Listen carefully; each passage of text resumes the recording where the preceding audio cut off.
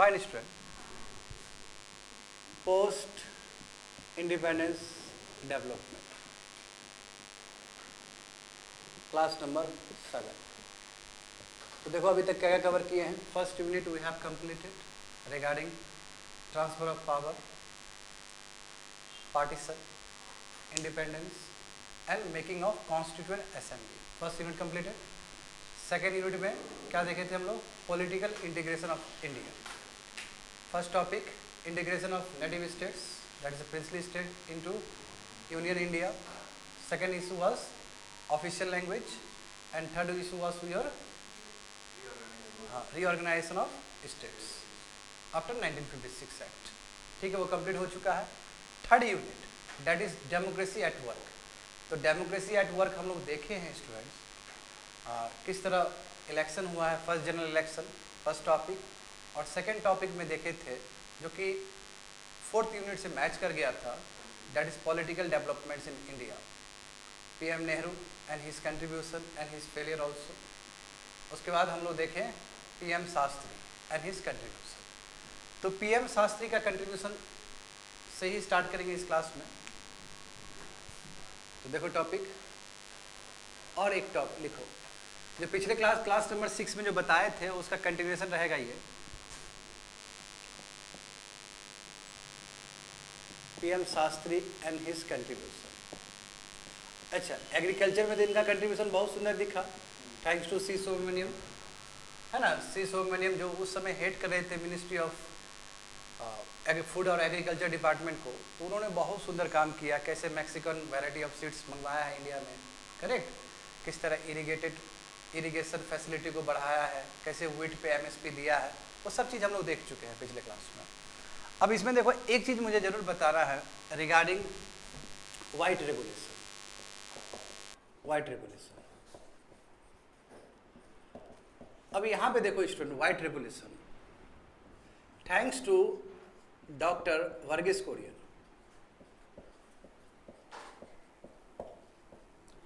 वर्गीस कुरियन और पीएम शास्त्री के इंटरवेंशन की वजह से बहुत कुछ डेवलपमेंट हुआ है. स्पेशली वर्गीस कुरियन एक्सपर्ट थे ये. तो ऑपरेशन फ्लड चला है इंडिया में, क्योंकि जो अमूल जो कोऑपरेटिव सोसाइटी का एक रोल मॉडल जो गुजरात से स्टार्ट हुआ, पूरा भारत में ही फैला है, डिस्ट्रिक्ट फैला है. तो इसका रिजल्ट क्या हुआ? Operation flood. तो ऑपरेशन फ्लड का एडवांटेज बहुत हुआ है भारत को. पहले मिल्क प्रोडक्ट्स में हम लोग पीछे थे, अभी देखो दुनिया में सबसे आगे है. अभी भी देखोगे तो लगभग 17-18% उससे भी ज़्यादा इंडिया का शेयर है मिल्क में. तो कह सकते हैं कि यदि इतना ज़्यादा प्रोडक्शन हुआ है तो उसका श्रेय जाता है वर्गीस कुरियन को, शास्त्री को और ऑपरेशन फ्लड को. तो थैंक्स टू देम कि इन्होंने बोर्ड भी बनाया है डेयरी के लिए, और प्लस अमूल डेयरी कॉर्पोरेशन बनाया था 1965 में.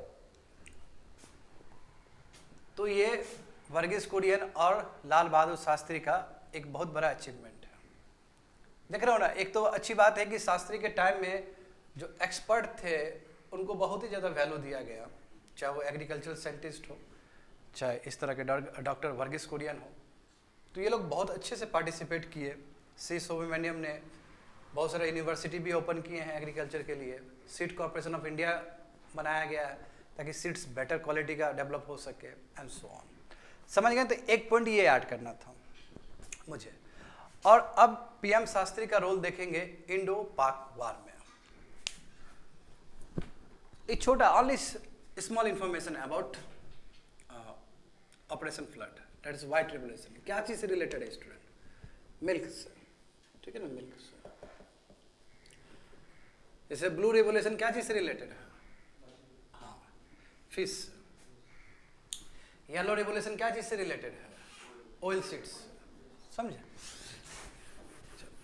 तो देखो अब बात करेंगे हम लोग इंडो पाक वार 1965. देखो स्टूडेंट, हम जानते हैं कि कश्मीर को कैसे पाकिस्तान ऑक्युपाई किया, है ना. राजा हरी सिंह उन्होंने इंस्ट्रूमेंट ऑफ असेसन साइन किया, उसके बावजूद भी मुद्दा गया वहाँ पे यूनाइटेड नेशंस में, जो कि एक तरह से बहुत बड़ा फेलियर है नेहरू जी के टेन्योर का, नेहरू जी का। समझ गए ना? तो देखो यहाँ पे सबसे पहले इनिशियल ट्रिगरिंग पॉइंट हम लोग पढ़ने वाले हैं इंडो पाक वार। इंडो पाक वार स्टार्ट कहाँ से हुआ, स्टार्टिंग पॉइंट क्या है? इंडो पाक वार ऑफ 1965। इसका क्रोनोलॉजी समझो। ट्रिगरिंग पॉइंट क्या है? ट्रिगरिंग पॉइंट ये है स्टूडेंट कि जो कच्छ देखते हो, कच्छ वाला जो एरिया देखते हो, कच्छ वाला एरिया डिमार्केटेड और डिलिमिटेड तो है, वहाँ बहुत सारा जो एरिया है वो स्वैम्पी है, स्वैम्पी है, स्वैम्पी और मार्सी है। जो स्वैम्पी एरिया है वहाँ पे प्रॉपर डिमार्केटेड नहीं हो सकता है, not proper demarcated, not proper demarcated, वहाँ पे बाउंड्री ठीक से नहीं है। तो इस चीज़ का फ़ायदा उठाया पाकिस्तान ने। पाकिस्तान ने क्लेम कर दिया, पाकिस्तान ने half of Kutch area, half of Kutch area को क्लेम कर दिया कि मेरा है, पाक क्लेम्ड। ठीक है, ये ट्रिगरिंग पॉइंट है, यानी कि इंडिया को लगा, टेंशन हो गया इंडिया में, ये क्या है भाई, बात समझे कि ऐसे कैसे बोल सकता है पाकिस्तान। और फायदा उठाया पाकिस्तान ने ये स्वैम्पी एरिया का, क्योंकि स्वैम्पी एरिया, मार्सी एरिया तो प्रॉपर डिमार्केटेड करना मुश्किल चीज़ है, बात समझे। और ये मुद्दा रिसेंट टाइम तक भी रहा है, ये देखोगे अर्ली 2018-19 के आसपास देखोगे ये मुद्दा फिर से लौट के आया था, रन ऑफ कच्छ वाला जो एरिया, बात, हाँ circuit zone, very good, circuit zone का वो मुद्दा आया था रिसेंट टाइम में, समझे ना, क्योंकि वो वही स्वैम्पी एरिया है। तो ये ट्रिगरिंग पॉइंट है। अब देखो रियल जो हुआ है वो ऑपरेशन जिब्राल्टर, पाकिस्तान ने एक ऑपरेशन चलाया, ऑपरेशन जिब्राल्टर, और इसमें पाकिस्तान ने क्या किया कि जो पीओके वाला जो एरिया है, पाकिस्तान ऑक्युपाइड कश्मीर, वो इंडिया से बहुत नज़दीक है, एलओसी के बहुत नज़दीक है, तो यहाँ पे अपने लोग भेजे, यहाँ पे समझे ना, यहाँ पे लोग भेजे यहाँ पे, और उसने क्या यहाँ पे कैंप बनाना शुरू कर दिया। They develop camps in PoK, पाक ऑक्युपाइड कश्मीर में अंडर ऑपरेशन जिब्राल्टर कैंप बनाना शुरू कर दिया। और जो कश्मीर, देखो शुरू से रहा है पाकिस्तान का, ये शुरू से रहा है तौर तरीका कि कश्मीरी जो मिलिटेंट ग्रुप है उसको ट्रेनिंग देना शुरू कर दिया, जो कश्मीरी जो यूथ है उसको पकड़ पकड़ के ट्रेनिंग दे रहा है यहाँ पे, कश्मीरी जो मिलिटेंट्स हैं उसको ट्रेन करना शुरू कर दिया, समझ गए।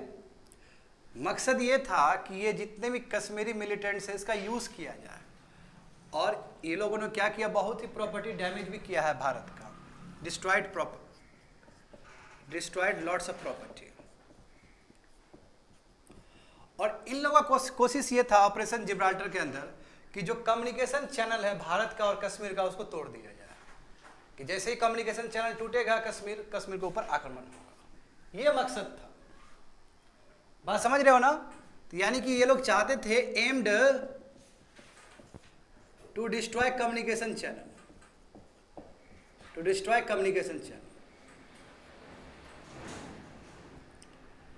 बट ये पूरा नहीं हो सका, इंडिया अलर्ट हो गया, इंडिया क्या अलर्ट हो गया, बात समझ रहे हो ना। हाँ, तो ऑपरेशन जिब्राल्टर जब हो रहा था तो उस समय के जो पाकिस्तान के जो प्रेसिडेंट थे, कौन थे? अयूब खान, वही अयूब खान जिसके साथ इंडस का भी हुआ था एग्रीमेंट 1960 में, ठीक है। तो प्रेसिडेंट थे अयूब खान, अयूब खान।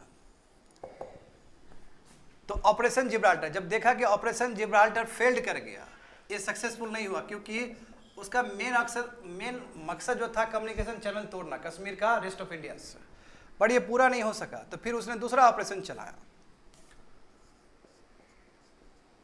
ऑपरेशन ग्रैंड इस्लाम, ये पाकिस्तान का। और देखो ये अंडर ऑपरेशन ग्रैंड इस्लाम ये एलओसी का जो सीज फायर है, जो है ना, सीज फायर है कि नहीं है, लाइन जो एलओसी का, उसको भी क्रॉस कर गया, इंडिया साइड में आ गया, इंडिया के साइड में आ गया ये। इंडिया ये इसको रिटेलिएट किया है, इंडिया ने भी इसको रिटेलिएट किया। दिक्कत तब हुआ स्टूडेंट, अब देखो ये कश्मीर का जो ऊपर वाला जो रीजन है, जानते हो कश्मीर, जान रहे हो तुम लोग, कश्मीर देखोगे तो नीचे जम्मू है और यहाँ कश्मीर है और यहाँ गिलगित बल्तिस्तान है और ये वाला एरिया पीओके वाला एरिया है, जान रहे हो ना।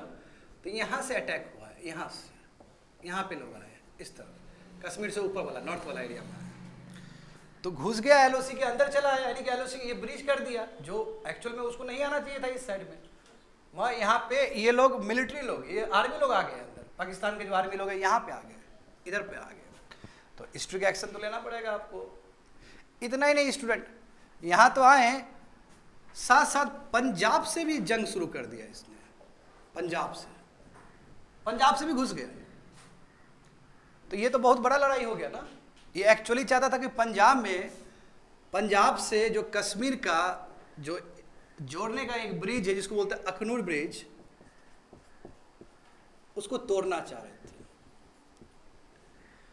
तो इंडिया, अब देखो जब पंजाब में घुसा है, तो पंजाब में जो घुसा है आर्मी के साथ ना, उसके पास जो टैंक्स था वो अमेरिकन टैंक्स था। तो इंडियन गवर्नमेंट को लगा भाई ये क्या है, ये तो बहुत सरप्राइज हुआ, क्योंकि चलो ठीक है यहाँ समझ रहे कश्मीर में इशू चल रहा है, यहाँ पे भी इशू चल रहा है, कच्छ में भी इशू चल रहा है, चलो यहाँ पे आया, चलो ठीक है, पंजाब से कैसे घुस गया। तो अब लड़ाई होगा दोनों तरफ से, कश्मीर की तरफ से भी लड़ाई होगा इंडिया का और पंजाब की तरफ से भी लड़ाई, दोनों तरफ से फोर्स भेजे जाएंगे, ठीक है। तो इंडिया ने रिटेलिएट किया, पीएम शास्त्री उन्होंने कहा कि ठीक है जाइए। भारत से एरोप्लेन गया और ये एरोप्लेन डायरेक्ट लाहौर की तरफ गया है। हमने भी ब्रिज कर दिया, हमने भी तोड़ दिया, काहे आप करेंगे, जब उसने एलओसी का लाइन तोड़ दिया तो हम भी तो जाएंगे उसकी तरफ। हम लाहौर तक पहुंचे और जितना भी मिलिट्री बेस था ये लोग का सबको ध्वस्त कर दिया। तो इस तरफ से रिटेलिएशन भी तगड़ा हुआ है, समझे, under the leadership of PM Shastri. इसलिए पीएम शास्त्री का रोल बहुत इंपॉर्टेंट हो जाता है। तो एरोप्लेन ने क्या किया, जितने भी मिलिट्री बेस था उस तरफ का उसको डिस्ट्रॉय कर दिया, आ रहा है समझ में ना स्टूडेंट? हाँ, डिस्ट्रॉय कर दिया है जी, ठीक है। और लाहौर तक चले गए, और ये जो युद्ध है, अच्छा यहाँ तो हमने कर ही लिया है, प्लस जो कच्छ रीजन में जो चल रहा था, कच्छ रीजन में भी तो कीड़ा कर रहा था ना ये लोग, तो वहाँ का जो हाजी पीर पास, उसको हमने रिकैप्चर कर लिया फिर से, लाहौर तक हम चले गए। तो ये चल रहा है तुम्हारा, ये जो इंसिडेंट जो चल रहा है ये तुम्हारा वही लगभग जून से स्टार्ट हुआ और सितंबर, तो 23 सितंबर 1965 को यूनाइटेड नेशंस इंटरवीन किया इस वार में। बोला बंद करो यार, जो टोका लड़ाई लगा कर रहा है तुम लोग। यूनाइटेड नेशन डायरेक्ट इंटरवीन किया, अब बोला सीज फायर करो, रोक दिया, एंड हो गया ये वार। यूनाइटेड नेशन ने डायरेक्ट इंटरफेयर किया और वार एंड हुआ एक तरह से। मगर जानते हो कि बहुत सारे एरिया हमने उधर का ऑक्युपाई कर लिया, उसने भी बहुत सारा एरिया ऑक्युपाई कर लिया, थैंक्स की हमने हाजी पीर पास फिर से रिकैप्चर कर लिया कच्छ वाला रीजन। तो अब इसका कंक्लूजन चाहिए, तो इसी के लिए हुआ तास्केन एग्रीमेंट। तो यहाँ पे तास्केन एग्रीमेंट में जो मीडिएटर होगा वो यूएसएसआर होगा।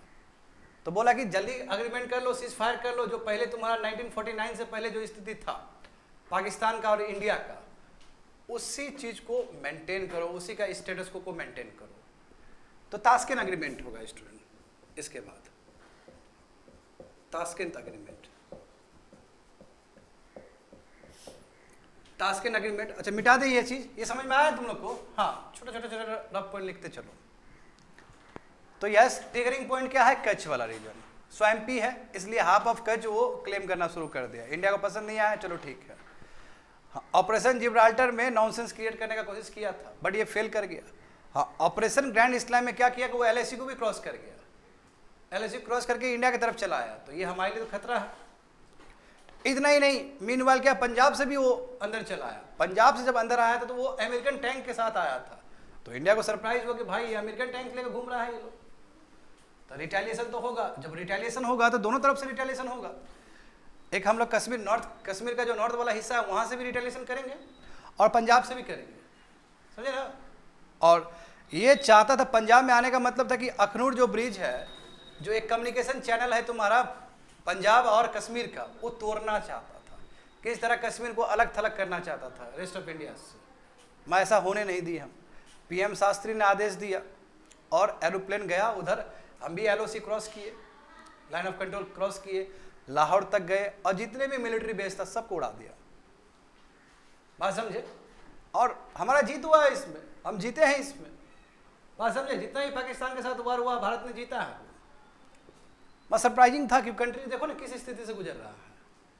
फूड शॉर्टेज, इन्फ्लेशन है, इंडस्ट्रियल प्रोडक्शन बहुत कम है, बेरोजगारी है, दुनिया भर का चीज। तो फिर देखो यस ये भी कर लिया और हाजी पीर पास का भी एरिया रिकैप्चर कर लिया, यानी कि जो कच्छ का जो रीजन वो लोग बोल रहा था उसको हमने रिस्टैब्लिश कर दिया कि नहीं वो एरिया मेरा ही है। मैं देखा ऊपर से, देखा यूनाइटेड नेशंस, वही जो 5 विक्टर पावर से जानते यूएनएससी का, देखा कि क्या चल रहा है ये। तो 23 सितंबर को इंटरवीन किया, बोला कि ख़त्म करो। और उसी का रिजल्ट क्या है, ताशकंद एग्रीमेंट होगा। ताशकंद एग्रीमेंट में जो मीडिएटर होंगे, बहुत सुंदर तरीके से मीडिएटिंग का काम किया है यूएसएसआर ने। जो मीडिएटर होगा वो कौन होगा, यूएसएसआर। इसलिए यदि तुम पिक्चर देखोगे ना तो उसमें तुमको एक तरफ आयूब खान नजर आएगा, एक तरफ पीएम शास्त्री नजर आएंगे और एक तरफ उस समय के जो यूएसएसआर के जो थे डिग्निटरी वो नजर आएंगे तुमको। तो यूएसएसआर बहुत सुंदर तरीके से हुआ है मीडिएशन। ये एक एग्जाम्पल है कि युद्ध को किस तरह विराम करना चाहिए, एक बहुत सुंदर एग्जाम्पल पेश किया गया। इनफैक्ट अयूब खान और लाल बहादुर शास्त्री दोनों ही खुश थे इस एग्रीमेंट से। इतने सुंदर तरीके से यूएसएसआर ने मीडिएट किया था। बस समझ गए। अब देखो, अब ये एग्रीमेंट होगा। अब इस एग्रीमेंट में क्या रखा जाएगा बात को, इसमें यही रखा जाएगा स्टूडेंट, इसमें एग्रीमेंट में यही होगा कि आप स्टेटस को मेंटेन करिए।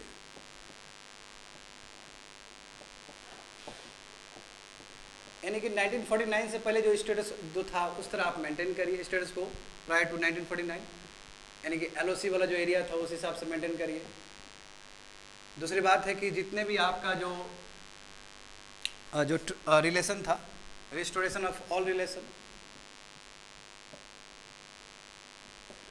Restoration of trade,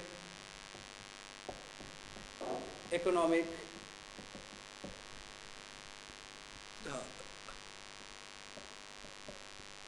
restoration of trade, economic, cultural exchange, क्योंकि इंडिया और पाकिस्तान का तो आदमी सेमी टाइप का तो है। जो लोग आ रहे थे जा रहे थे फिर से रिस्टोर करिए, जैसे पहले था उस तरह रिस्टोर करिए। हाँ, दोनों ने वेना कन्वेंशन भी साइन किया, वेना कन्वेंशन साइन किया 1961 का। वेना कन्वेंशन जानते हो वार से रिलेटेड है। और इसमें बात था कि जो प्रिजनर्स होंगे वहाँ पे भी हमारे इंडियंस लोग बहुत पकड़ाए होंगे ना, आर्मी लोग, और यहाँ से भी, यहाँ पे भी भारत में भी जो पाकिस्तान के बहुत सारे आर्मी होंगे उसको पकड़ के रखा जाएगा ना, तो उसको रिटर्न करना। रिपाट्रिएशन ऑफ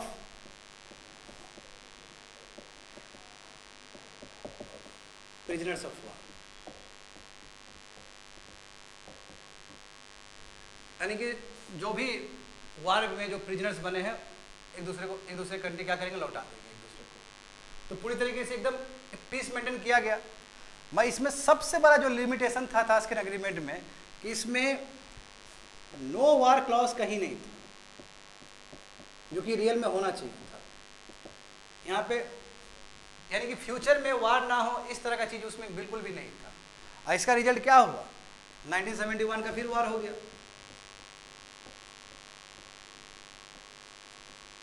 हुआ ना जब इंदिरा गांधी आई, बांग्लादेश का लिबरेशन ऑफ बांग्लादेश। तो इसमें जो वार क्लॉज का जो होना चाहिए था कि भाई अब वार नहीं करना है तुम दोनों कंट्री को, ये उस एग्रीमेंट में कहीं दूर दूर तक नहीं था। बात समझे। बट हाँ, बहुत अप्रिशिएट किया गया। और जब इंडिया इस तरह जब इंटरफेयर किया, लाहौर की तरफ गया, तो उस समय चाइना ने बहुत क्रिटिसाइज किया था। यानी कि जब हम इंडिया जब पाक की तरफ गया तो चाइना क्रिटिसाइज किया। चाइना ने कहा कि इंडिया जो कर रहा है ये इम्पेरियलिज्म, ये क्या है, इम्पेरियलिज्म है, गलत है।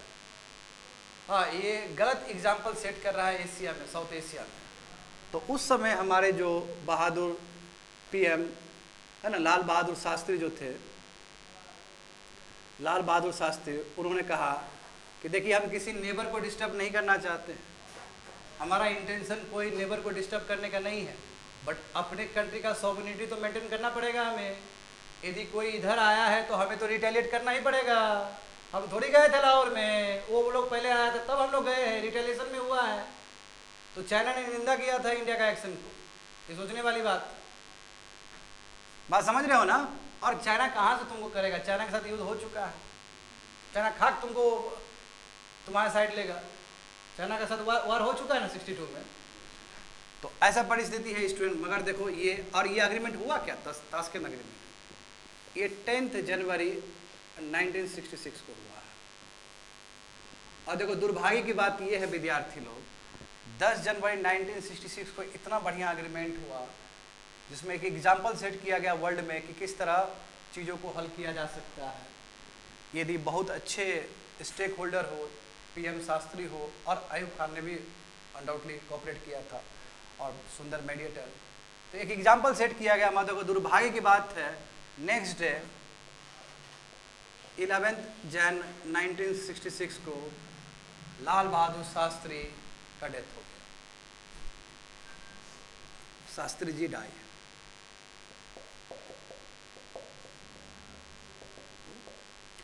मिस्टीरियस डेथ था ये, बहुत मिस्टीरियस डेथ था ये, है ना, बहुत ही मिस्टीरियस डेथ था स्टूडेंट।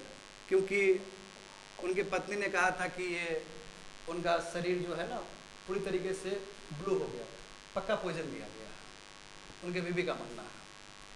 इंडियन गवर्नमेंट से पूछा गया कि आपने पोस्टमार्टम किया कि नहीं किया, तो कहा कि पोस्टमार्टम नहीं किया जल्दी में। बट जो जानते हो पीएम है तो डॉक्टर तो मिलता ही मिलता है पीएम को, मगर जो डॉक्टर पीएम के लिए नियुक्त था वो जाके चेक किया है, और जो यूएसएसआर के भी बहुत सारे डॉक्टर थे वो भी देखे थे।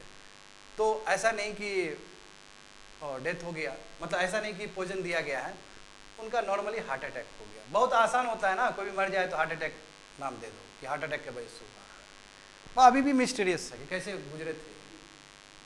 इनफैक्ट एक रशियन को भी पकड़ा गया था इस चीज़ के लिए, बट बाद में सबूत कुछ नहीं मिला, उसको छोड़ दिया गया। बट स्टिल अभी भी ये मिस्टीरियस डेथ ही माना जाता है। तो अब देखो जो पीएम थे जिन्होंने इतना कुछ काम किया है ना, इतना सुंदर, मात्र 2 साल के अंदर इतना अपना औड़ा क्रिएट किया, वो चले गए। इंडिया में फिर से क्या सिचुएशन, जब शास्त्री जी का डेथ होगा तो फिर से गुलजारी लाल नंदा फिर से वही इंटरिम पीएम बनेंगे, एक्टिव पीएम बनेंगे। वो तब तक बनेंगे जब तक कोई रियल पीएम ना आ जाए, फिर से एक्टिव पीएम बनेंगे। फिर वोट होगा स्टूडेंट, और मोरारजी देसाई इनको ही मन है कि ये भी पीएम बने, ये भी अपना कैंडिडेट दिए थे, बट वही बात था 2/3 जो कांग्रेस के जो मेंबर्स थे, कांग्रेस के जो एमपीज थे, 2/3 जो कांग्रेस के एमपीज थे जो चुन के जो आए थे लोकसभा में, उन्होंने इंदिरा गांधी को सपोर्ट किया। कोई सीक्रेट बैलेट पेपर होता है, जानते हो कि कौन सा आपका प्रेफरेंशियल कैंडिडेट है, तो सीक्रेट बैलेट से हुआ था। 2/3 ने किसको सपोर्ट किया, इंदिरा गांधी को। मोरारजी देसाई को भी मन था, ये अपना हसरत पूरा करते हैं स्टूडेंट।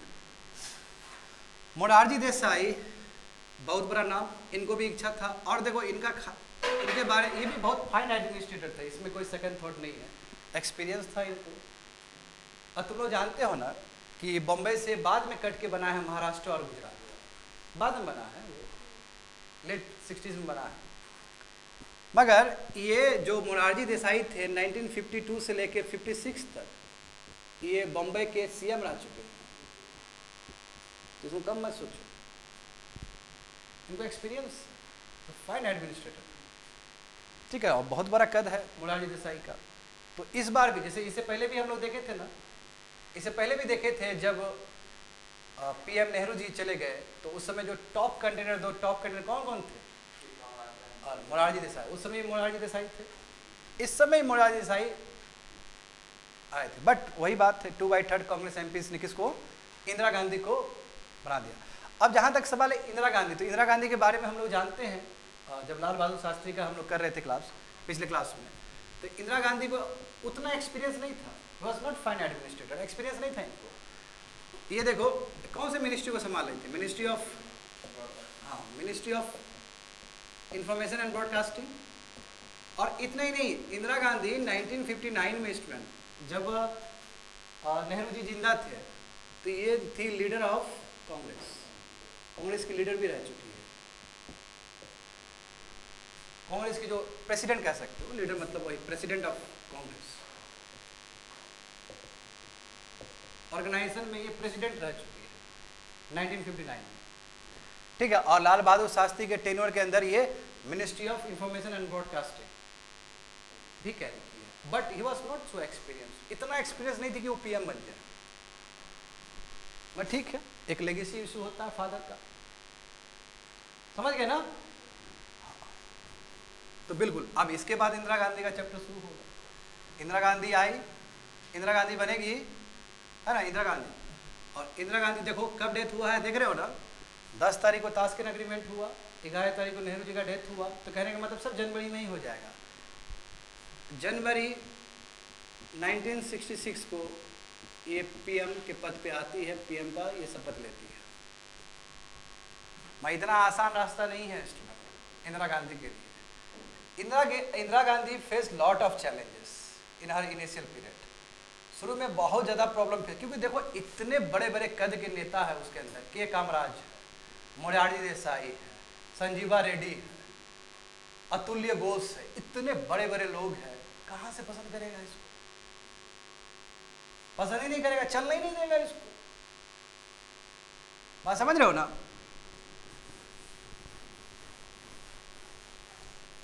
आया समझ में? अब इंदिरा गांधी देखो, Indira Gandhi brave leader, is brave, very brave leader, मतलब जिसका नैया डूबने वाला है वो फिर से स्थापित कर रही है कि I am the leader, I am only one leader in this country. जो पूरी तरीके से गर्त में चली गई, ये खत्म हो गई, ये पार्टी टूट गया है, पार्टी टूट गया है जिसका, वो फिर से इलेक्शन में जो रीबैक किए ना, वो देखने वाला चीज है। और उसी में तानाशाही शुरू कर दी, फिर ये उसी में तानाशाही शुरू है, वही समय में इमरजेंसी लग गया, तो ये भी चौंकाने वाला चीज है। और हाँ, इंदिरा गांधी का स्टेटमेंट है, हमारे पिताजी सेंट थे, हम नहीं है, ये स्टेटमेंट है इंदिरा गांधी का। हमारे फादर का अलग मिजाज था, हमारा मिजाज अलग है। हाँ, इसमें देखो इनके फादर ने डेमोक्रेटिक इंस्टीट्यूशन को बहुत सुंदर बनाया, और ये पूरा बिगाड़ दी, पूरा बर्बाद कर दी नहीं है। पार्लियामेंट जबरदस्ती 18 महीना तक खींच दी नहीं है पकड़ के, इमरजेंसी लगा ना 1.5 साल तक। इमरजेंसी लगना तो एक अपने आप में ब्लॉट है डेमोक्रेसी के लिए। मैं देखो जनता बहुत होशियार है, फिर से वही कांग्रेस का ही वो है, फिर से इंदिरा गांधी हारी ना जी, इंदिरा गांधी 2-3 साल के लिए सत्ता से बाहर रही, मैं फिर से जब रीवोटिंग हुआ तो फिर से इंदिरा गांधी फिर से आ गई 80 से लेकर 84 तक। बस शुरू का देखो, शुरू का चैलेंजेस देखो स्टूडेंट। अच्छा इंदिरा, आप चलो पहले इसको समझते हैं स्टूडेंट, चलो ठीक है। इंदिरा गांधी आ गई जनवरी 1966 में, इलेक्शन अगले साल है, 67 में इलेक्शन है। ऐसा नहीं हुआ कि लंबा रहेगी, ये इलेक्शन फेस करना पड़ेगा। और जानते हो कोई भी पार्टी लंबा समय तक बने रहे तो एंटी इनकम्बेंसी तो आना ही है। यहाँ प्रधानमंत्री मोदी जी का एंटी इनकम्बेंसी आ गया इस बार थर्ड इलेक्शन में, आया कि नहीं आया बताओ? प्रचंड बहुमत में जीते फर्स्ट बार, सेकंड में तो उससे भी ज़्यादा जीते, थर्ड में क्या हो गया? बहुत नॉर्मल टेंडेंसी है, तो एंटी इनकम्बेंसी का सामना तो करेगी ये। और स्थिति बहुत खराब, नीचे अलग ही प्रोटेस्ट चल रहा है, तमिलनाडु सब में, कंट्री में अलग ही प्रोटेस्ट चल रहा है, याद करो वही समय है ये। तो चैलेंजेस था इंदिरा गांधी को, बहुत चैलेंजेस था इंदिरा गांधी को। देखो सबसे फर्स्ट हम लोग देखते हैं इलेक्शन ईयर, मतलब किस तरह इलेक्शन हुआ है। तो स्टूडेंट याद करो लोकसभा का टेन्योर 1951 और 52 में हुआ इलेक्शन, ये लोकसभा का टेन्योर बता रहा हूं। फर्स्ट लोकसभा का टेन्योर 57 और 1957 to 1962, correct. 1962 to 1967, 1967 to 1970 only, 1971 to 1977, ये देखो इमरजेंसी है।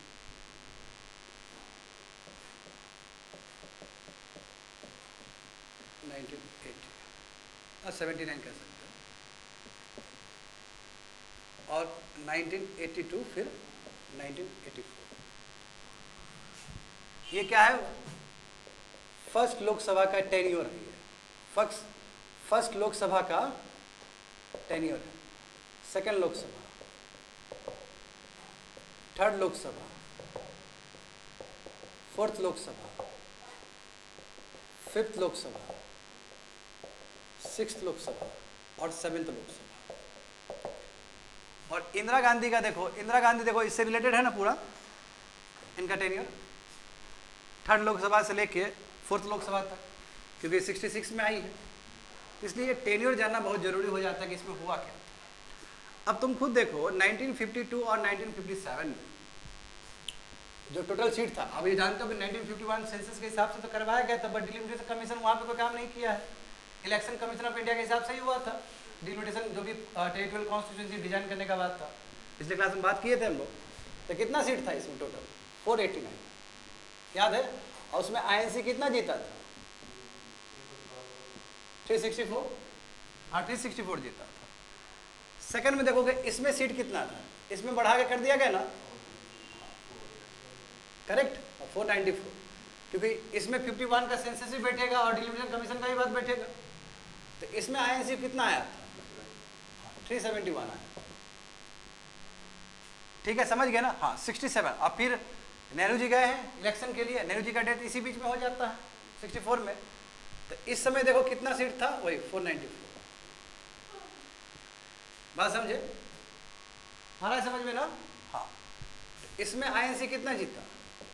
इसमें लाल बहादुर शास्त्री भी है, 361। बात समझे? 361। अब इसमें देखो ये जो इलेक्शन होगा जिसमें इंदिरा गांधी खुद जाएगी फाइट करने के लिए, इसमें टोटल सीट कितना होगा? 522 प्लस 1 23। इसमें 520 पे इलेक्शन होगा, 30 सीट्स, 3 सीट रिजर्व्ड है।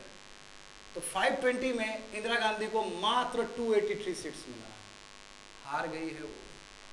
बहुत सारा स्टेट हाथ से निकल गया है, बिहार यूपी सब स्टेट हाथ से निकल गया। हरियाणा में जो सरकार बनने जा रहा था वो भी हाथ से निकल गया। डीएमके पूरा खा गया नीचे, केरल पूरा खा गया कम्युनिस्ट पार्टी वहाँ। तो only 283 seats, can you believe it? 283 seat मिला है केवल। तो हालत खराब, देख रहे हो? और वोट परसेंटेज भी कम, और सीट्स में भी इतना कमी है, सीट्स बहुत कमी है। समझ गए स्टूडेंट? हाँ।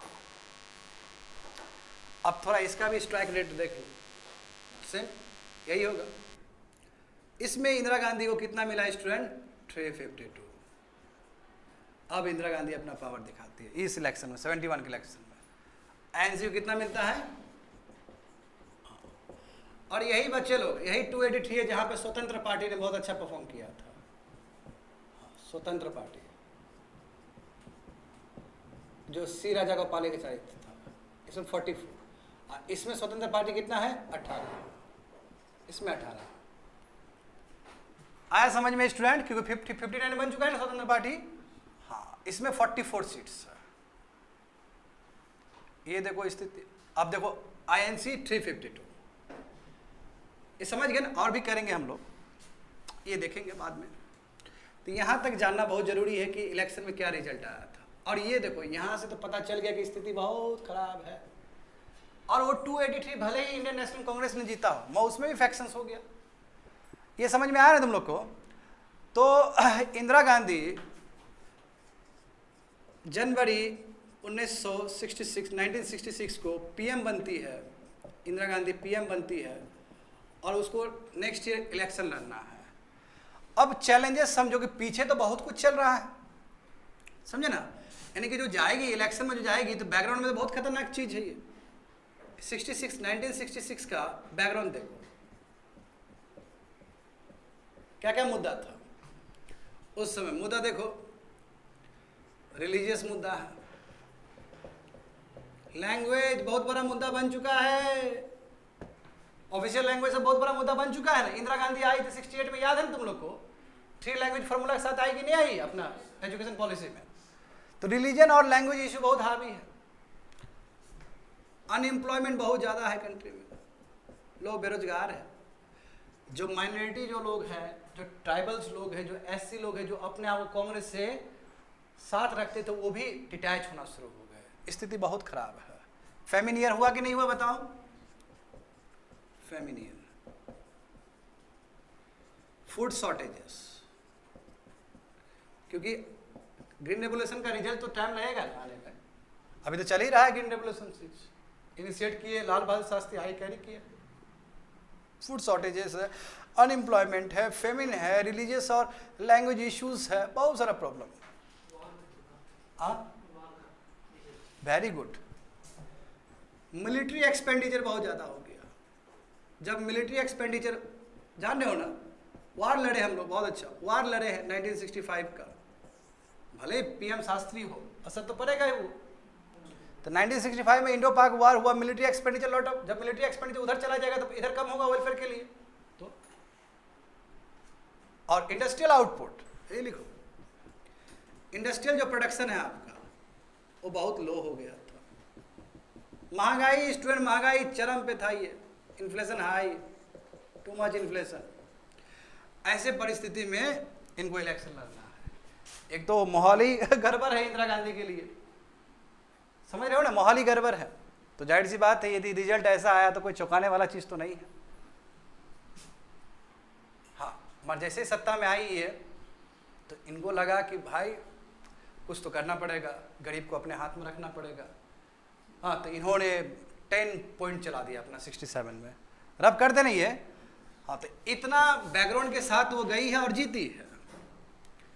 ठीक है, बस 1967 के जनरल इलेक्शन में, जो कि कौन सा जनरल इलेक्शन होगा देखो यहाँ पे, ये टेन्योर जरूर याद कर लेना तुम लोग, बहुत इंपॉर्टेंट टेन्योर है ये। 4th लोकसभा में ये जीती है, INC manage to get 283 seats out of 523 seats. समझ गए ना? चलो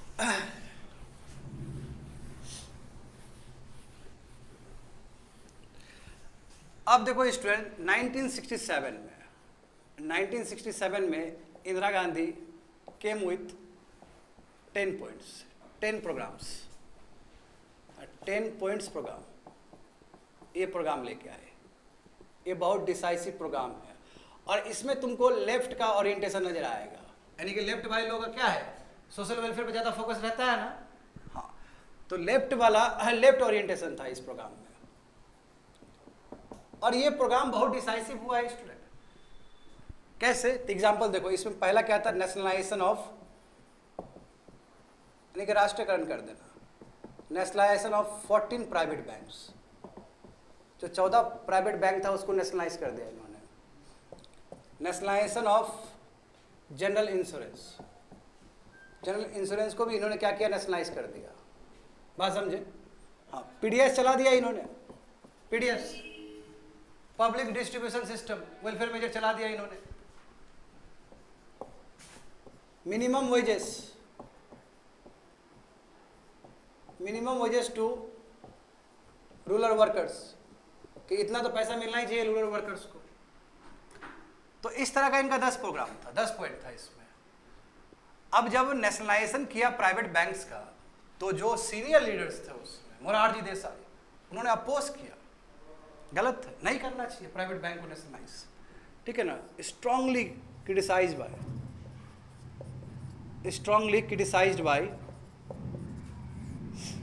मोरारजी देसाई। मोरारजी देसाई ने क्या किया, स्ट्रांगली क्रिटिसाइज किया, बोला कि नेशनलाइजेशन करोगे तो दिक्कत होगा, उसमें करप्शन बढ़ने का चांस होगा, करप्शन होगा, डिले होगा, रेट टैपिज्म हो जाएगा उसके अंदर। ब्यूरोक्रेटिक हडल्स होंगे, काम ठीक से नहीं हो पाएगा। ठीक तो था प्राइवेट, तो यानी कि जो जितने भी सीनियर लीडर थे वो पसंद नहीं कर रहे थे इनके एक्शंस को लेकर, और ये कई बार जो पार्टी का जो डिसिप्लिन है वो भी तोड़ देती थी, नहीं मानते थे। क्योंकि देखो जाहिर सी बात है, ईगो का होगा ही, क्लास करेगा वहाँ पे, इतने बड़े बड़े सीनियर लीडर्स सब, समझ रहे हो ना। और इंदिरा गांधी अभी की नहीं तो कहाँ बचे, मोरारजी देसाई, संजीवा रेड्डी एक तरफ, इसको चलने नहीं देंगे। तो ये सब चीज़ हो रहा है। हाँ, ये बिल्कुल देखो, ये housing sites to poor, housing sites to poor, गरीब लोग के लिए घर उड़ देना, तो गरीब का तो मसीहा बन गई एक तरह से। मगर इलेक्शन तो अभी नहीं हो रहा है, जस्ट अभी आई है जीत के, और भी सरकार भी पूरा 283 सीट से कभी भी खत्म हो सकता है। बात समझ रहे हो ना। तो ऐसे परिस्थिति में क्या करे, तो ये जो 10 पॉइंट प्रोग्राम भले ही कांग्रेसी ने, भले ही जो सीनियर लीडर्स ने अपोज कर दिया, मगर जो कॉमन मासेस है वो इसको वेलकम किया है, वो बहुत खुश था इस प्रोग्राम से। स्पेशली नेशनलाइजेशन ऑफ 14 बैंक किया गया, तो कॉमन मासेस को इसका सबसे ज़्यादा एडवांटेज हुआ, कॉमन मासेस को। याद करो, लीड बैंक स्कीम भी बताए होंगे कभी, तो कॉमन मासेस को बहुत फायदा हुआ इसका, कॉमन मासेस को, क्योंकि बैंक का जो ब्रांच है ना वो गांव सब में भी फैलना शुरू हो गया। अब बैंक का ब्रांच का मतलब क्या, क्रेडिट।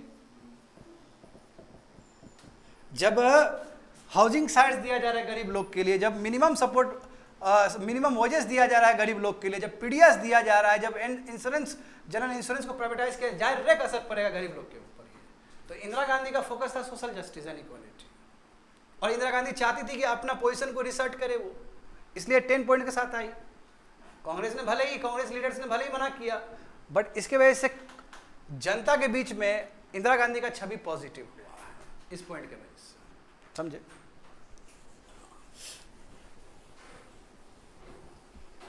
अब देखो स्टूडेंट, ये हो गया, चलो मिटा दे ये।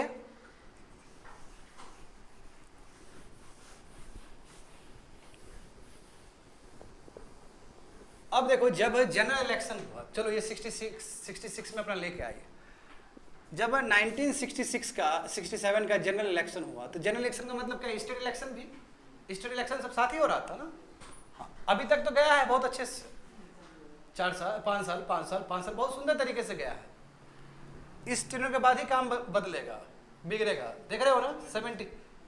71 से लेकर 77 वो भी बिगाड़ दिया, और उससे पहले भी 67 to 70 3 साल का ही रहा है वो टेन्योर। अब देखो 1967 में, स्पेशली मैं बात करूं मद्रास का रिजल्ट आया, कांग्रेस बुरी तरीके से हार गई मद्रास में, कांग्रेस डिफीटेड बैडली, कांग्रेस गंदे तरीके से हार गई, और जो डीएमके है विक्टोरियस। ये 67 के रिजल्ट के बाद ही हुआ है। और डीएमके जीतने का पीछे रीजन जानते हो, Hindi anti Hindi education language को लेके पूरा मोबिलाइज कर दिया फोर्स को वहाँ पे, यानी कि लैंग्वेज इशू बहुत बड़ा प्रॉब्लम था। सभी जगह हार गए स्टेट में तो। और हरियाणा में जहाँ तक चांस था कि हरियाणा में कांग्रेस का सरकार बन जाएगा, तो वहाँ पे भी ऐसा नहीं हुआ। वहाँ पे भी देखोगे तो कांग्रेस का सरकार लगभग बन ही गया था, बट वही आया राम गया राम, डिफेक्टर, उस समय तो डिफेक्ट होता था ना, कहीं पे भी आपको मिल जाए आप तोड़ के चलो। वो तो बाद में राजीव गांधी ने ठीक किया है, एंटी डिफेक्शन लॉ ला के। तो हरियाणा में भी देखो, हरियाणा में जहाँ पे चांस था कि इसका बनता, हरियाणा में भी नॉन कांग्रेस गवर्नमेंट आ गया, नॉन कांग्रेस, वही डिफेक्शन के वजह से डिफेक्शन हो गया। बाद में एंटी डिफेक्शन लॉ ला के उसमें जोड़ देना तुम लोग, राजीव गांधी के टेन्योर में एंटी डिफेक्शन लॉ ला के उसको ठीक किया गया, स्टेबलाइज किया गया, ताकि गवर्नमेंट को स्टेबिलिटी मिले। तो कहने का मतलब स्टेट लेवल पे तो बुरी तरीके से इंदिरा गांधी का यानी कांग्रेस का हार हुआ है। बात समझे, ठीक है, इंदिरा गांधी आई है 67 में 10 पॉइंट के साथ आई है, उसमें भी अपोजिशन झेलना पड़ा होगा। बात समझ रहे हो ना। और यहाँ पे देखो एक चीज़ जरूर मैं बोलना चाहूँगा, 1963 में स्टूडेंट, 1963 में जो कम्युनिस्ट पार्टी ऑफ इंडिया है वो 2 भाग में टूट गया। ये बहुत इंपॉर्टेंट है ये जानना। 1963 में कम्युनिस्ट पार्टी ऑफ इंडिया 2 भाग में टूटा है, एक वही same communist party of India, और एक सीपीआई मार्क्सिस्ट। मार्क्सिस्ट यहीं से बना है। और तुम देखोगे इलेक्शन में, जैसे केरल में इलेक्शन हुआ तो उसमें सीपीआई ने बहुत अच्छा परफॉर्म किया है। इनफैक्ट इसमें भी बहुत सुंदर परफॉर्म हुआ। जहाँ इंदिरा गांधी को 283 सीट्स मिला ना, उसमें भी सीपीआई का बहुत अच्छा रहा है। इनफैक्ट इसके बाद जो इलेक्शन होगा, कौन से ईयर में होगा देखो जरा, हाँ 71 में जो होगा ना, उसमें बहुत सुंदर मिलेगा सीपीआई को। सीपीआई को भी अच्छा मिलेगा, सीपीएम को भी अच्छा मिलेगा, कम्युनिस्ट पार्टी मार्क्सिस्ट को भी अच्छा मिलेगा। एनीवे ये देखो, ये इंपॉर्टेंट है क्योंकि इसका समर्थन मिलने वाला है इंदिरा गांधी को, समझा। अब ये हो गया। अब देखोगे कुछ इवेंट हुआ, देखो वही बात है कि जो बड़े बड़े जो कांग्रेस लीडर्स है वो पसंद नहीं कर रहे हैं इंदिरा गांधी को, पसंद ही नहीं आ रहा, पार्टी लाइन तोड़ी जा रही है वो। और दूसरी बात ईगो प्रॉब्लम। हाँ देखो ना 10 पॉइंट में खुद वहाँ के जो लीडर है उन्होंने अपोज कर दिया। तो फाइनली क्या हुआ, नवंबर में बहुत ही डिसाइसिव चीज होने वाला है। नवंबर 1969 में, नवंबर 1969 में आईएनसी भी टूट गया, इंडियन नेशनल कांग्रेस 2 भाग में डिवाइड हो गया। पहली बार आईएनसीओ, इंडियन नेशनल कांग्रेस ऑर्गेनाइजेशन, यानी कि ओल्ड वाले हैं ये, ओल्ड वाले, जिसको सिंडिकेट भी कहते हैं हम लोग। क्या कहते हैं, सिंडिकेट। और आईएनसीआर,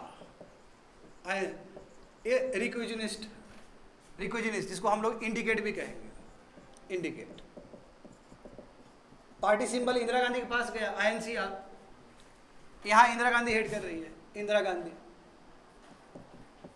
इसको इंदिरा गांधी हेड कर रही है। इसको जो शुरू में हेड किए थे वो कौन थे, के कामराज थे।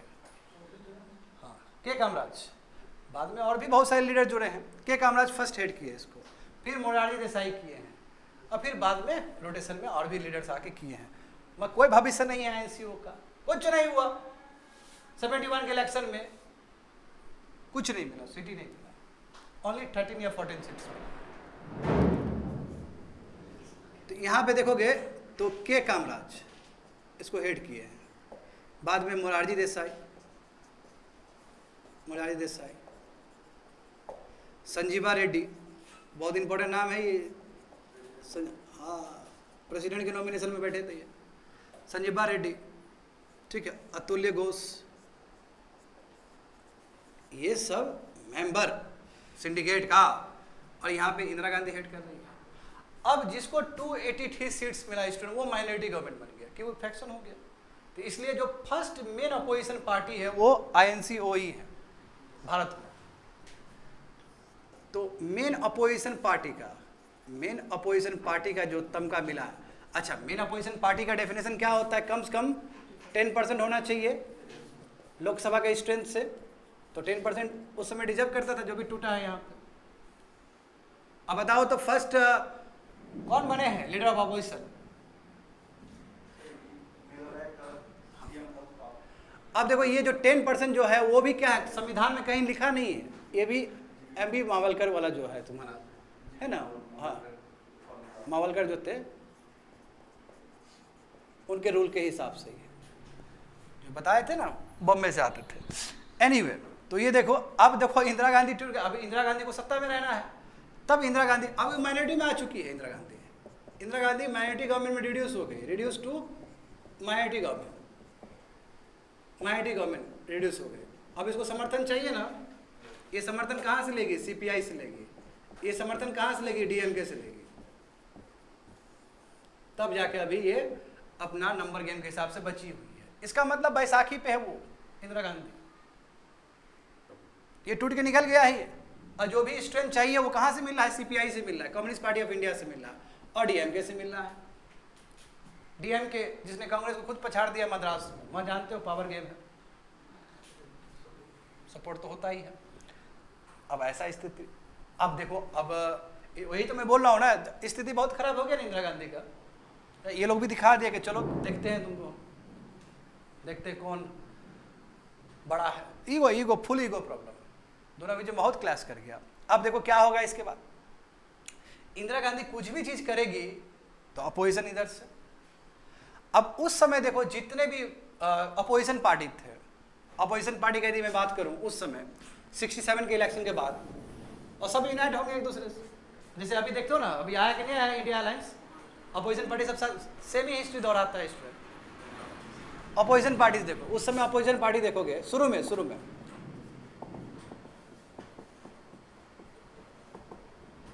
1967 में अपोजिशन पार्टी देखोगे तो लेफ्ट का दोनों ही ले लो, कम्युनिस्ट एंड सोशलिस्ट, और राइट का भी दोनों ही ले लो, भारतीय जनसंघ, अखिल भारतीय जनसंघ पूरा कह दो, या भारतीय जनसंघ भी कह सकते हो, जनसंघ प्लस स्वतंत्र पार्टी। उधर से पंजाब से देखोगे स्टूडेंट तो अकाली दल, और इधर यदि तुम मद्रास से बोलोगे तो डीएमके। ये सब प्रमुख अपोजिशन पार्टीज थे 1967 में। हाँ, तो कम्युनिस्ट पार्टी ने सहयोग तो कर दिया, हाँ सीपीआई है, मार्क्सिस्ट नहीं है, सीपीआई है, समझ गए ना? चलो इसको लिख लो। अब देखो याद करो, कभी क्लास में हम प्राइवी पर्स का जिक्र किए थे जरूर, प्राइवी पर्स का। अब प्राइवी पर्स क्या है? प्राइवी पर्स का मतलब है वही एक अरेंजमेंट था प्रिंसली स्टेट्स के रूलर्स के लिए कि आप जितना डिजर्व करते हो उतना आपको पैसा हम देते रहेंगे टैक्स फ्री। और इसके ऊपर सरदार वल्लभ भाई पटेल ने क्या कहा था कि थोड़ा सा रकम है for the integration of country, ये ना बोले थे। अब देखो, जब कंट्री में इन्फ्लेशन है, जब पैसा कमी है, जब अनाज कमी है, तो उसको कैसे प्राइवेट पर्स देंगे? इसको मॉरली भी करेक्ट नहीं है कि ये लोग फ्री में बैठ के खिलाना। और ये एक तरह से मास्टर स्ट्रोक भी है कि यदि प्राइवेट पर्स खत्म किया जाए तो लोगों में क्या जाएगा मैसेज कि हाँ सच में ही इंदिरा गांधी क्या है, हाँ गरीबी हटाना चाहती है। एक मैसेज भी देना होता है लीडर को। तो कि रेजुलेशन भी लाइक कुछ नहीं हुआ, क्यों? माइनॉरिटी में देखो, अभी मोदी जी लाए कि नहीं लाए वाका बोर्ड का, क्या हुआ? खुद अपने ही जानते हो पार्टी ने, अपने ही जो कोलिशन सरकार का जो भी है पार्टी है, उसने मना कर दिया ना उस चीज को। यही होता है, मेजोरिटी और माइनॉरिटी में बहुत अंतर है इसमें। हाँ, तो देखो 2-3 जगह इशू फंसा है बिकॉज ऑफ माइनॉरिटी गवर्नमेंट। तो एक तो इशू मैं कहूँगा, देखो यहाँ पे फर्स्ट वाला ये प्राइवेट पर्स का, देखो प्राइवेट पर्स। अब बताओ, प्राइवेट पर्स को लेके इंदिरा गांधी ने जो तुम्हारा ऑल इंडिया कांग्रेस कमेटी, जानते हो ना, ऑल इंडिया कांग्रेस कमेटी बहुत पहले ही बना था, आज़ादी के टाइम से ही बना था। तो ऑल इंडिया कांग्रेस कमेटी ने एक रेजुलेशन पास किया था और 1967 के आसपास ही रेजुलेशन पास किया था कि प्राइवेट पर्स को खत्म कर दिया जाए। मगर कुछ नहीं हुआ, कोई रिस्पॉन्स अच्छा नहीं मिला। तब इंदिरा गांधी फाइनली तुम्हारा बिल लाई, समझे नहीं? इलेक्शन से पहले, ये जो इलेक्शन है तुम्हारा 71 में जाने वाली इलेक्शन में, हाँ ये बिल लाई और 1971 के आसपास, और 70 और 71 के पास एक बिल लाई, 77 एक बिल लाई। और वो जो बिल है राज्यसभा में डिफीट हो गया, राज्यसभा में पास नहीं हो पाया वो बिल, क्योंकि मेजोरिटी नहीं था वहाँ पे इंदिरा गांधी का। और यहाँ से बार बार सुप्रीम कोर्ट क्या बोल रहा है कि यदि तुम प्राइवेट पर्स को खत्म करोगे तो ये अनकॉन्स्टिट्यूशनल है, क्योंकि वो कॉन्स्टिट्यूशनल कंस्ट्रक्ट है। प्रॉब्लम ही प्रॉब्लम। तो सुप्रीम कोर्ट बार बोल रहा है कि यदि प्राइवेट पर्स को खत्म किया जाए तो ये क्या है, अनकॉन्स्टिट्यूशनल है। प्रेशर पे प्रेशर इंदिरा गांधी को, समझ रहे हो ना? इंदिरा गांधी जो करना चाहती, इंदिरा गांधी तो अच्छा ही करना चाहती थी प्राइवेट पर्स को खत्म करके। वहाँ उधर सुप्रीम कोर्ट भी बोल रहा है कि कॉन्स्टिट्यूशनल कंस्ट्रक्ट है, तुम नहीं खत्म कर सकते हो, उधर से बार बोले जा रही है। राज्यसभा में बिल डिफीट हो गया। तो एक तो इरिटेंट ये है, इसे पता चल गया कि माइनॉरिटी गवर्नमेंट का क्या दुर्दशा होता है। अच्छा भी काम करे तो फिर भी होने नहीं देगा लोग सब। अब सुप्रीम कोर्ट भी हरा हुआ है कि नहीं, हम नहीं होने देंगे तुमको। अब दूसरा इश्यू देखो, 1969 में प्रेसिडेंशियल इलेक्शन होना था। प्रेसिडेंशियल इलेक्शन होना था और उसके लिए 2 कैंडिडेट उठे। एक तुम्हारा वीवी गिरी, जो कि उस समय वाइस प्रेसिडेंट थे, और दूसरा जो थे संजीवा रेड्डी। तो जानते हो संजीवा रेड्डी के बारे में? वो इस ग्रुप में आते थे। और संजीवा रेड्डी कौन थे? लोकसभा के स्पीकर थे। लोकसभा के स्पीकर थे। तो संजीवा रेड्डी को सपोर्ट मिला INC-O से और वीवी गिरी को सपोर्ट मिला INC-R से, यानी कि इंदिरा गांधी से। वीवी गिरी जीत गए, VV Giri became the president of India और संजीवा रेड्डी हार गए, इनको वोट ज़्यादा मिला। मगर ये इलेक्शन इतना सरल इलेक्शन नहीं था, अच्छा खासा वोट मिला था इनको, संजीवा रेड्डी को, क्योंकि जानते हो कि प्रेसिडेंट का जो चुनाव होता है स्टेट भी शामिल रहता है उसमें। हम ये नहीं कहेंगे बिग मार्जिन से हुआ, ऐसा नहीं, बिग मार्जिन से नहीं। बीबी गिरी, हाँ कंपटीशन हुआ है, बीबी गिरी आगे थे, इसमें कोई शक नहीं है, मगर संजीवा रेड्डी को भी अच्छा खासा वोट मिला, ये कह सकते हो। तो एक यहाँ पे देखो और एक यहाँ पे देखो, माथा खराब हुआ इंदिरा गांधी का, बोले ऐसे नहीं चलेगा। तो इंदिरा गांधी ने डिसाइड किया कि हम लोकसभा डिजॉल्व करेंगे। हाँ डिसाइड कर सकते हो आप, इलेक्शन से पहले भी जा सकते हो। लोकसभा इन्होंने डिजॉल्व किया और ये called for the fresh election, call for the fresh election, fresh election होगा। कब होगा जी? 1971। मिटा देना ये,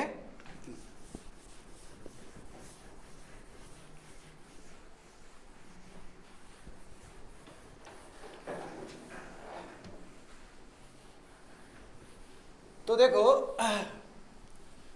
अच्छा वो डेट याद है ना तुम लोग को? बताओ तो 1971 से लेकर 77 कौन सा लोकसभा है वो? 5th लोकसभा।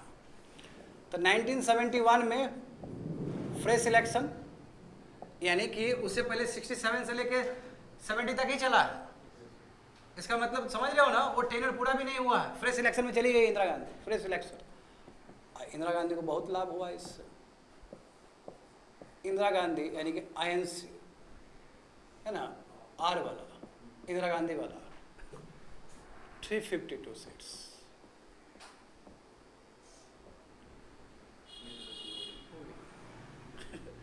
कम्युनिस्ट पार्टी चूंकि साथ दिया था ना, कम्युनिस्ट पार्टी ऑफ इंडिया ने, उसको भी अच्छा मिला 23 सीट्स। तो देखो दोनों को जोड़ दोगे कोलिशन के साथ तो 375 हो जाएगा, गजब ना। हाँ अब उसमें देखो और किसको किसको क्या क्या मिला है। CPI मार्क्सिस्ट, इसको 25 सीट्स मिला है, समझे। जो इससे पहले स्वतंत्र पार्टी कितना मिला, 44 मिला था ना। हाँ इसमें चेक कर लोगे स्टूडेंट, थोड़ा चेक करो जरा। हाँ इसमें देखो, हाँ इसका भी अटल बिहारी वाजपेयी भी लड़े थे इसमें, अटल बिहारी वाजपेयी एक्टिव थे, ठीक है। हाँ अखिल भारतीय जनसंघ, अखिल भारतीय जनसंघ, ठीक है, उनको भी वही 14-16 सीट्स मिला था, बात समझे। तो कम्युनिस्ट पार्टी को बहुत अच्छा मिला था। और देखो ये तुम लोग को जरूर याद होना चाहिए INC-O के साथ क्या हुआ। तो INC-O को देखो तो जरा इंटरनेट पे देखो तो स्टूडेंट, हाँ देखो 14 सीट होगा, ऐसे 14-15 सीट होगा, देखो तो जरा चेक करो तो जरा। अखिल भारतीय जनसंघ कितना मिला किसको? INC-O को ना। हाँ INC-O को 16 सीट मिला। अखिल भारतीय जनसंघ कितना मिला जहां अटल बिहारी वाजपेयी थे? 22 सीट मिला, बिल्कुल 22 सीट मिला। स्वतंत्र पार्टी कितना मिला देखो, देखो देखो देखो, कम ही मिला है, 44 से कम रिड्यूस हो गया, 8 मिला, देख रहे हो ना। हाँ तो क्या हुआ, चलो ठीक है, ये मेन है, कुछ कुछ जान लेना चाहिए कि किसको कितना मिला है। कहीं है दूर दूर तक तुमको नजर नहीं आया। फिर अब INC हो गया, इंदिरा गांधी INC के लीडर। जब इतना स्ट्राइक रेट के साथ और वोट शेयर भी बढ़ा है, जैसे 283 जब सीट्स मिला था तो उस समय वोट शेयर कम हो गया था, 40% के आसपास हो गया था, इसमें फिर से 44-45% हो गया वोट शेयर। सुंदर वोट परसेंट पर, वोट शेयर भी तो बहुत इंपॉर्टेंट मायने रखता है स्टूडेंट। तो इसमें 44-45% वोट शेयर हो गया, देखो बहुत सुंदर रिजल्ट। तो यहाँ से डिक्लेयर हुआ, इंदिरा गांधी ने अपने आप को फिर से रीस्टैब्लिश किया। इंदिरा गांधी रीस्टैब्लिश्ड,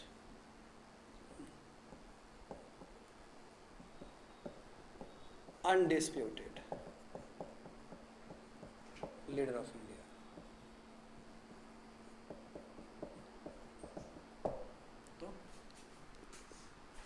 अब जब बाबू आएगी ये तो मजे में रहेगी। 1971 में कॉन्स्टिट्यूशनल अमेंडमेंट होगा प्राइवेट पर्स के लिए। अब जो हमारा रोका है ना, अब हमारा मेजोरिटी गवर्नमेंट हम दिखाएंगे तुमको। 1971 में 26th कॉन्स्टिट्यूशनल अमेंडमेंट एक्ट, खत्म करो प्राइवेट पर्स को। अब उसके बाद जो संविधान को ये चेंज करना शुरू जो की है, रुकी ही नहीं है। और उसके बाद कैसे सुप्रीम कोर्ट के जजेस को जो पानी पिलाई है ये, कैसे सुपरसीड करवाई है, तो लोग पढ़ेंगे नेक्स्ट क्लास में। तो इसके बाद तो चलेगा, इसका अपना ही है। अभी रुक जाओ। 1971 से लेके 1977 तक, और इसमें बाबू जेपी मूवमेंट ने हालत खराब कर दिया इंदिरा गांधी का। स्टार्ट कहाँ से हुआ, कहाँ से कहाँ बात पहुँच गया, पूरा इंडिया में पहुँच। जयप्रकाश नारायण को पता है डीएमके लोग यानी कि मद्रास लोग भी पसंद करते थे, जान के हैरान हो जाओगे। याद करो जितने भी संयुक्ता जो सोशलिस्ट पार्टी थे, बाकी जो भी लीडर थे, डॉक्टर लोहिया हो गए, जो भी ऊपर थे, सब लोग बोलते थे कि हिंदी बनना चाहिए, हिंदी नेशनल लैंग्वेज होना चाहिए। जयप्रकाश नारायण ने कभी ये नहीं बोला था ये चीज़। और जयप्रकाश नारायण ने अपोज किया था कि हिंदी जबरदस्ती नहीं लगाना चाहिए पूरा भारत पे। जयप्रकाश नारायण का ये स्टैंड था। तो इसलिए जयप्रकाश नारायण जब कांग्रेस सरकार को लेके विद्रोह करने के लिए नीचे भी गए थे तो उनको वेलकम किया गया था कि हाँ ये एक लीडर थे नॉर्थ के जिन्होंने जबरदस्ती हिंदी थोपने का बात नहीं की थी। देखो उनको एडवांटेज मिल गया, बहुत बड़ा मूवमेंट हो गया जयप्रकाश नारायण का। और जयप्रकाश नारायण का मूवमेंट इतना बड़ा हो गया कि कांग्रेस सरकार को, जबकि इंदिरा गांधी इतना पावरफुल सरकार है जो सत्ते पे काबिज है, इतना मिला है मेजोरिटी, और वहाँ का जो कांग्रेस का जो सरकार था बिहार में करप्ट, फुल करप्ट, बर्खास्त करना पड़ा सेंट्रल गवर्नमेंट के द्वारा। यानी कि सेंट्रल गवर्नमेंट में कांग्रेस, स्टेट में कांग्रेस। जैसे मणिपुर का सिचुएशन जान रहे हो ना, मणिपुर फिर भी बर्खास्त नहीं हुआ है। स्थिति इतना खराब हो गया था कि कांग्रेस गवर्नमेंट को निकालना पड़ा और जयप्रकाश हटाना पड़ा उसको, फिर दूसरा बनेगा वहां पे। और तब से कांग्रेस जो खत्म हुआ है बिहार से अभी तक खत्म ही है। तो जयप्रकाश नारायण का मूवमेंट था ये, और जयप्रकाश नारायण का मूवमेंट बिहार के कांग्रेस से रिलेटेड था कि पूरा करप्शन यहाँ पे पूरा बर्बाद कर दिया था कांग्रेस ने।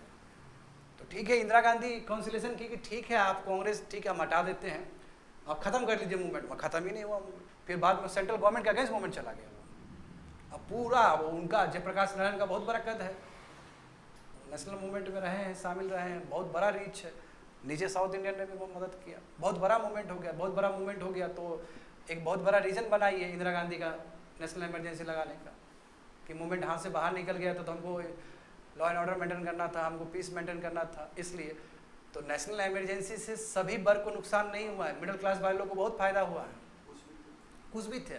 और इनफैक्ट मिडिल क्लास में ये मैसेज चला गया कि इस तरह का इमरजेंसी सही है स्टेबिलिटी के लिए, ग्रोथ के लिए। तो इसका भी तुमको मिक्स्ड रिएक्शन दिखेगा, समझ गए ना। तो ये समझ में आ गया ना तुम लोग को, इस तरह हुआ। That's it, completed.